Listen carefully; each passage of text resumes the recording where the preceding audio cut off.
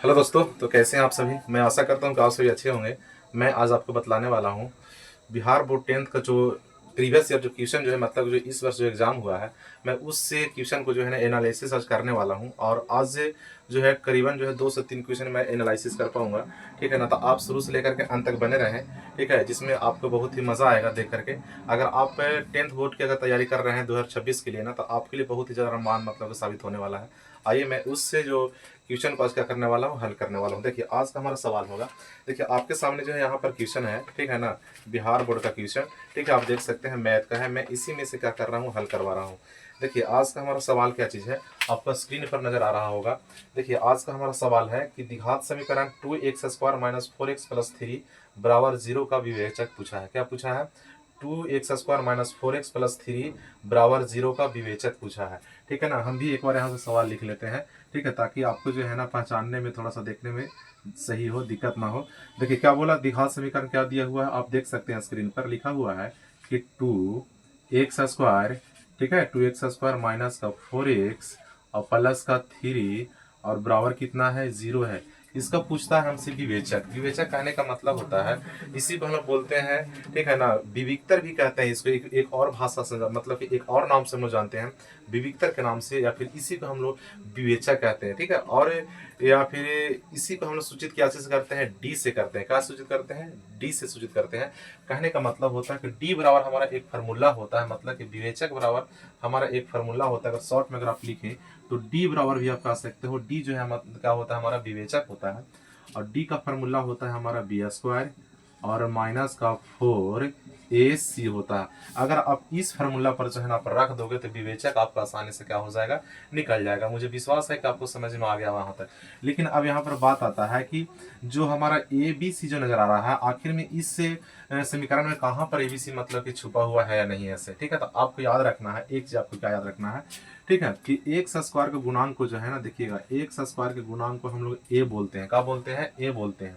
ठीक है, हम यहाँ पर लिख दे रहे हैं। तो a का मान कितना हो जाएगा मेरे भाई? a का मान आप कहोगे सर 2 हो जाएगा आपका। ठीक है, x के गुणांक को हम लोग b बोलते हैं। x के गुणांक को क्या बोलते हैं? b बोलते हैं। और उसको देखना है कि वो b जो है माइनस में या फिर प्लस में है। ठीक है ना, तो x के गुणांक को हम लोग b बोले तो b जो हमारा 4 है, तो 4 जो है माइनस में है। इसका मतलब है कि b का मान क्या हो जाएगा, माइनस का 4 हो जाएगा। आपको समझ में आ रहा होगा। उसके बाद जो होता है एक होता है सी। हमारा सी जो है हम लोग अचर पद को, मतलब कि अचर राशि को हम लोग सी कहते हैं। और अचर का मान कितना है, तो 3 है। आप देख सकते हैं कि ABC का मान जो है निकल करके आपके सामने जो है नजर आ रहा होगा। ठीक है, अब हमको क्या करना है, सिर्फ और सिर्फ इस फॉर्मूला पर सेट कर देना है। विवेचक आपको बहुत ही आसानी से मतलब कि निकल करके आपके सामने आ जाएगा। जी हाँ, देखिए यहाँ पर क्या पूछा है हमसे, डी पूछा है ना। आप डी को डी लिख लो या फिर नहीं लिखो, कोई दिक्कत नहीं है। बी कितना है जी, b² कहने का मतलब जो है बी का मान -4 है, तो -4 का आप होल स्क्वायर लिख लो। ठीक है, माइनस तो माइनस, 4 तो 4। ए का मान कितना है जी, तो आप कहोगे सर 2 है। ठीक है, सी का मान कितना, तो आप कहोगे सर 3 है, तो आप 3 लिख लो यहाँ पर। इतना तक आपको कुछ नहीं करना है। ठीक है, जो मतलब के मान दिया हुआ आप सिर्फ उस मान को आप क्या कर ले, पुट कर ले सही से।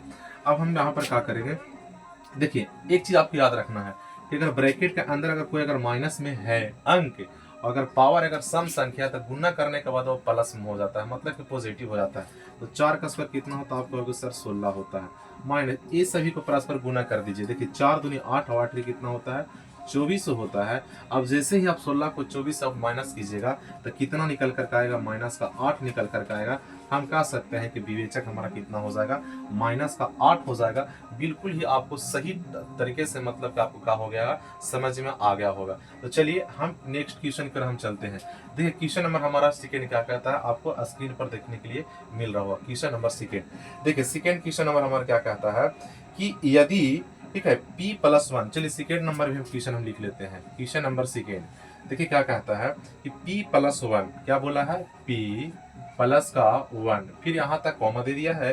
फिर कहता है कि 3p प्लस का 1, 3p और उसके बाद जो है प्लस का 1 है। फिर कहता है हमारा कि 6p माइनस का 1, 6p माइनस का 1।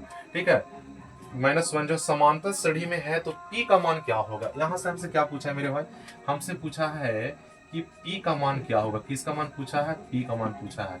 मतलब कि p का वैल्यू हम लोग को बताना है कि p का मान कितना होगा या फिर नहीं होगा। अब बात को पहले समझना। कहता है यहाँ के p+1 फिर 3p+1 फिर 6p-1 जो है हमारा समांतर श्रेणी में दिया हुआ है। यह पद हमारा क्या चीज है? समांतर श्रेणी में है। बात समझ रहा है ना। अब यहाँ से हमसे पूछता है कि p का मान क्या होगा कि भी नहीं होगा सकता। हम p के मान कैसे निकाल सकते हैं? आप पढ़े होंगे, ठीक है। यहाँ से यहाँ तक के हम लोग t1 या फिर a1 के नाम से हम लोग जानते थे। देखिए, तो यहाँ से यहाँ तक के पद को मतलब जो कॉमा के बाहर वाला में है, जहां तक कॉमा पड़ा हुआ वहां तक पद एक होगा, ठीक है ना। मतलब आप इसको t1 भी कह सकते हैं या फिर a1 भी कह सकते हैं। चलिए, आपको कहने से हम यहाँ पर t1 लिख लेते हैं, ठीक है। यहाँ से यहाँ तक कॉमन दिया हुआ, इसका मतलब t2 है। क्या चीज है? t2 है। यहाँ से यहाँ तक कॉमन दिया, इसका मतलब क्या चीज है? t3 है। आपको इतना मतलब कि आना चाहिए, तभी जाकर आपसे समांतर श्रेणी का हो सकता है, कैलकुलेशन हो सकता है। अब आपको क्या करना है? निकालना है हमको p का मान, ठीक है। तो p का मान निकाला तो हम क्या कर सकते हैं? आप देखिएगा यहाँ पर, मतलब कि ध्यान से देखिएगा। सबसे पहले आपको क्या करना है? t2 में से t1 को घटाइए। क्या करना है आपको? t2 में से हम क्या करेंगे? t1 को घटाएंगे। अब एक बार आपको बराबर लिख लेना है बीच में। फिर उसके बाद t3 को आप t2 में से घटाइए, ठीक है ना। यहाँ पर आप कह सकते हैं कि t3 माइनस का t2, इसका मतलब है आप इसे फार्मूला भी कह सकते हो। मतलब सर्वांतर क्या होता है? हम सिर्फ क्या कर रहे हैं? सर्वांतर को जो है ना बराबर कर रहे हैं आपस में। क्या कर रहे हैं? सर्वांतर को बराबर कर रहे हैं। सर्वांतर बराबर मतलब उसी को हम लोग क्या बोलते हैं, ठीक है ना। सर्वांतर को हम डी से या फिर उसी को हम पदांतर भी बोलते हैं। सर्वांतर कहिए चाहे तो पदांतर कहिए, बात समझ रहे हैं ना। दोनों बात सेम है, ठीक है। तो हम यहाँ पर क्या कर रहे हैं? सर्वांतर को सिर्फ हम बराबर कर रहे हैं। देखिए, t2 का मान कितना है? 3p प्लस का 1। यहाँ पर हम लिख लेंगे 3p प्लस का 1, ठीक है। माइनस तो माइनस, t1 कितना है? p+1। अगर माइनस का चिन्ह है तो इसको ब्रैकेट में रखिएगा, p+1 को, तो p+1 हो जाएगा, ठीक है। बराबर तो बराबर। t3 कितना है मेरे भाई? तो आप कहोगे सर 6p-1 है।